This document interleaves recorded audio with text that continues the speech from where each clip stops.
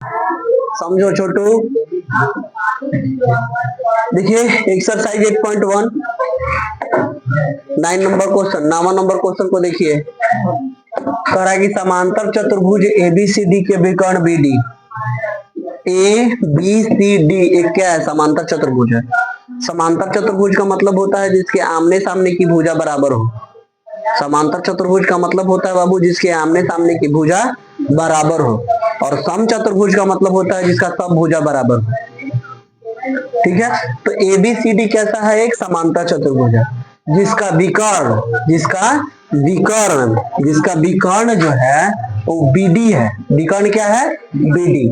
ऐसे भी चतुर्भुज में एक कोण से दूसरे कोण तक जाने वाली रेखा को विकर्ण कहा जाता है। जैसे देखिए ए से अगर सी तक आता तो ए सी विकर्ण हो जाता, अब बी से डी तक जा रहा तो बी डी आपका क्या है? विकर्ण हो गया। ए से अगर सी तक आता तो ए सी विकर्ण हो जाता, अब बी से अगर डी तक जा रहा है चाहे डी से बी तक आ रहा है तो बी डी क्या हो गया? इसका विकर्ण हो जाएगा। बिंदु P और Q इस प्रकार स्थित है, यानी P और Q इस प्रकार स्थित है कि DP बराबर मतलब E वाला, यानी DP बराबर BQ, ये दोनों क्या है? बराबर है। यानी यहां से यहां तक DP और B से लेके Q तक, यानी यहां से यहां तक BQ क्या है? दोनों आपस में बराबर है। कह रहा है दर्शाइए कि पहला त्रिभुज एपीडी सर्वांगसम त्रिभुज सीक्यूबी। एपीडी कहाँ है? देखिए एपीडी ई वाला त्रिभुज, सर्वांगसम त्रिभुज सीबीक्यू, सीबीक्यू बीसीक्यू क्यूबी सी ई वाला, यानी ई वाला ट्रायंगल, ई वाला ट्रायंगल, यानी ये वाला त्रिभुज और ये वाला त्रिभुज दोनों सर्वांगसम है। दूसरा कह रहा है एपी बराबर सी क्यू। एपी देखिए कहाँ है? एपी ई वाला लाइन बराबर सी क्यू ई वाला लाइन होना चाहिए। दूसरा तीसरा कह रहा है कि त्रिभुज ए क्यू बी, त्रिभुज ए क्यू बी, त्रिभुज क्या कह रहा है? ए क्यू बी कहाँ है? देखिए ए क्यू बी ऊपर वाला सर्वांगसम त्रिभुज C P D, C P D E वाला, यानी ई वाला त्रिभुज के सर्वांगसम है। और ए क्यू बराबर सीपी, यानी ई वाला लाइन जो है, ई वाला लाइन के क्या है? बराबर है। ई वाला जो लाइन है, ई वाला लाइन के क्या है? बराबर है। और अंत में क्या प्रूव करना है? 5वां नंबर क्वेश्चन कह रहा है कि ए पी सी क्यू एक समानांतर त्रिभुज है, चतुर्भुज है। ए पी सी क्यू ये जो बीच में बन रहा है ये क्या है? समानांतर चतुर्भुज है, प्रूफ करना है। तो देखिए बाबू सॉल्यूशन करेंगे, हम हल करेंगे। तो हल करेंगे तो क्या होगा? देखिए ध्यान दीजिए, लिखेंगे चूंकि दिया है कि एबीसीडी एक समांतर चतुर्भुज है। ये दिया हुआ है एबीसीडी एक क्या है? समांतर चतुर्भुज है, ये तो दिया हुआ है। एबीसीडी क्या है? समांतर चतुर्भुज है। तथा डीपी बराबर बीक्यू है, डीपी के बराबर क्या है? बीक्यू है, ये भी दिया हुआ है देखिए। ठीक है, अब सिद्ध करना है।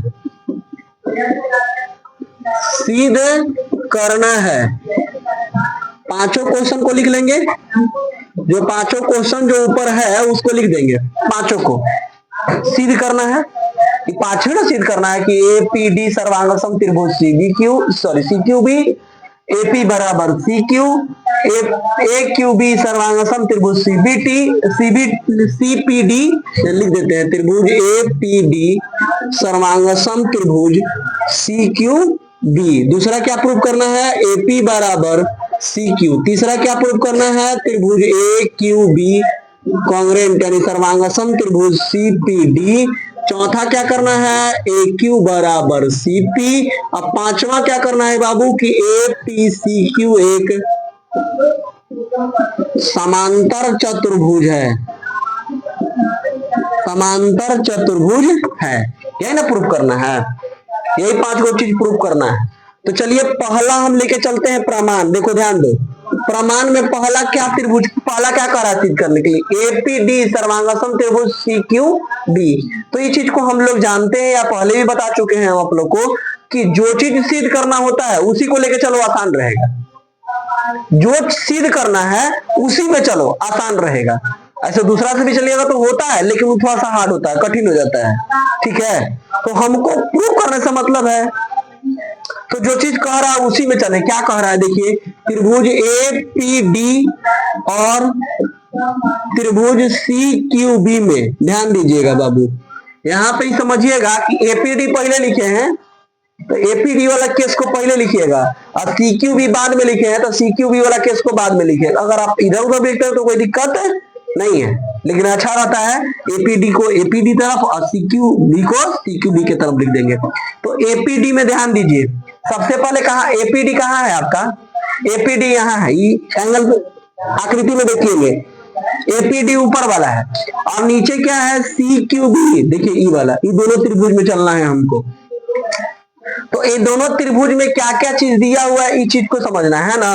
ये दोनों त्रिभुज में क्या क्या चीज दिया हुआ है, दोनों त्रिभुज में क्या क्या चीज दिया हुआ है, ताकि वो सर्वांग सम हो।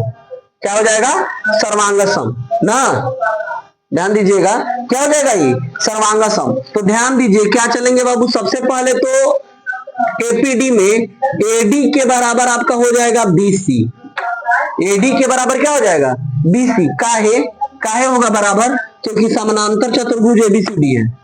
ABCD क्या है, समानांतर चतुर्भुज, एक दूसरे के आमने सामने की भुजा बराबर होता है। और दिया हुआ क्या है, दिया हुआ आपको है कि DP के बराबर क्या है BQ, DP के बराबर क्या है BQ है, DP के बराबर क्या है BQ है।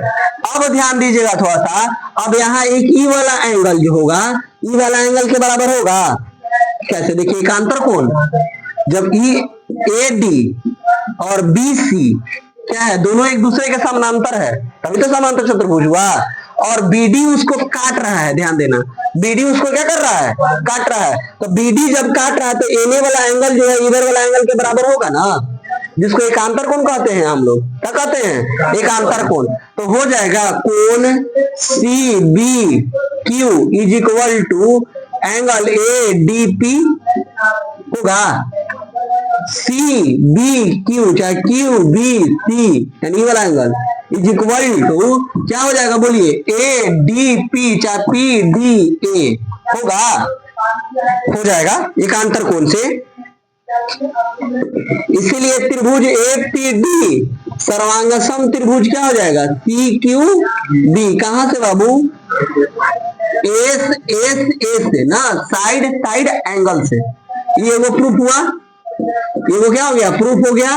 दूसरा का देखते हैं क्या कह रहा है, इसका कह रहा कि AP बराबर CQ लिखेंगे कि चूंकि त्रिभुज APD सर्वांगसम त्रिभुज CQB है, ई और ई दोनों त्रिभुज क्या है, सर्वांगसम है, दोनों क्या है, सर्वांगसम है। तो जब दोनों त्रिभुज सर्वांगसम है तो सर्वांगसम त्रिभुज की प्रत्येक भुजा बराबर हो जाता है, प्रत्येक कोण भी बराबर हो जाता है ना।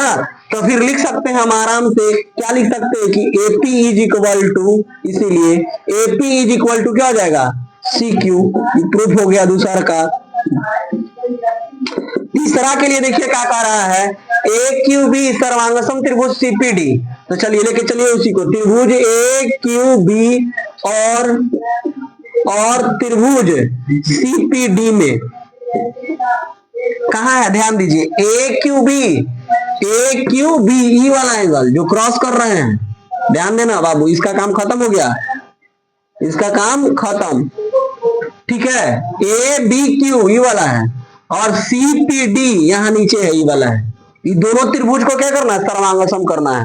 तो सबसे पहले एगो तो हो जाएगा AB के बराबर CD, क्यों, क्योंकि ABCD एक समांतर चतुर्भुज है, और समांतर चतुर्भुज में आमने सामने की भुजा बराबर और समानांतर होता है ना, बराबर है ना। अच्छा, ये हो गया एगो। और दूसरा का दे वाला क्या कि BQ के बराबर DP दिया हुआ है, ये वाला जो BQ है DP के बराबर, देखिए DP के बराबर BQ है ना, ये वाला इसके बराबर है, तो ये वाला इसके बराबर हो जाएगा ना, एकदम होगा। BQ जो है DP के बराबर होगा, क्यों, क्योंकि दिया हुआ है कि DP जो है वो BQ के बराबर है, DP जो है ना वो किसके बराबर है, BQ के बराबर है। तो BQ के बराबर भी तो DP हो जाए। जैसे मान लेते हैं कि हम आपके बराबर हैं, हम आपके बराबर हैं, तो आप भी तो हमारे बराबर हैं। जैसे राम मोहन के बराबर है, तो मोहन राम के तो भी बराबर होगा, यानी दोनों बराबर होगा। तो बीक्यू के बराबर क्या हो जाएगा, डीपी। और फिर वही नियम लगाएंगे, क्या, समांतर बोला। देखिए ध्यान दीजिए, ई वाला एंगल जो है, ई वाला एंगल की क्या होगा, बराबर हो जाएगा, होगा ना। ई जो एंगल होगा, ई वाला एंगल की क्या होगा, बराबर होगा। यानी एंगल क्या, A B Q is equal to angle C D P, चाहे P D C, C D P. अगर आप ज्यादा खुश है तो यहाँ पे लिख सकते हैं एकांतर कोण, एकांतर कोण। नहीं तो समझ रहे तो अच्छी बात है, यहां भी लिख सकते हैं यहाँ पे एकांतर कोण, एकांतर कोण। इसीलिए ट्रायंगल क्या हो जाएगा बाबू, ध्यान दो, समझो, क्या नाम है बाबू, math, mental attack to women science, समझ लीजिए। तो त्रिभुज क्या हो जाएगा, ए क्यू बी, सर्वांगसम त्रिभुज क्या हो जाएगा, सी पी डी। कहां से, एस एस ए से। ये वो प्रूफ हो गया ना। अच्छा, अब चौथा क्या कह रहा है इसका बाबू, ध्यान दीजिएगा। चौथा क्या कह रहा है इसका, ए क्यू बराबर सी पी, यानी ए क्यू, यानी ये वाला लाइन, वहां ई वाला लाइन की क्या है, बराबर है। तो ध्यान दीजिए, ये दोनों जब त्रिभुज में सर्वांगसम हो गया तो प्रत्येक भुजा बराबर हो जाएगा, प्रत्येक कोण बराबर हो जाएगा ना। तो लिखेंगे चूंकि त्रिभुज ए क्यू बी सर्वांगसम त्रिभुज क्या है, सी पी डी, है ना। ए क्यू बी सर्वांगसम त्रिभुज सी पी डी, इसीलिए ए क्यू बराबर पी पी, हो जाएगा प्रूफ। ए क्यू बराबर सीपी हो जाएगा, क्या चीज बाबू, प्रूव्ड। पांचवा देखिए क्या कह रहा है कि ए पी सी क्यू एक समांतर चतुर्भुज है, ए पी सी क्यू एक समांतर चतुर्भुज है। तो समांतर चतुर्भुज का रूल क्या होता है, आमने सामने की भुजा बराबर और एक दूसरे के समानांतर, यही ना। समांतर चतुर्भुज के लिए क्या होता है, आमने सामने की भुजा बराबर और एक दूसरे के समानांतर। तो लिखेंगे कि चूंकि प्रूव कर चुके हैं कि एपी बराबर सी क्यू तथा एपी बराबर सी क्यू तथा ए क्यू बराबर सीपी है। ध्यान देना, प्रूव कर किए हैं आप।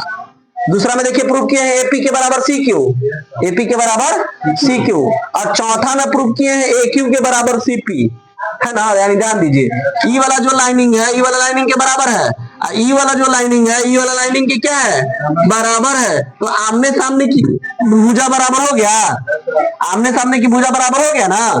तो इसीलिए ए पी सी क्यू एक समांतर चतुर्भुज है, एक समांतर चतुर्भुज है, हो जाएगा प्रूव। पांचों क्वेश्चन बोर्ड पे उतारिए आप।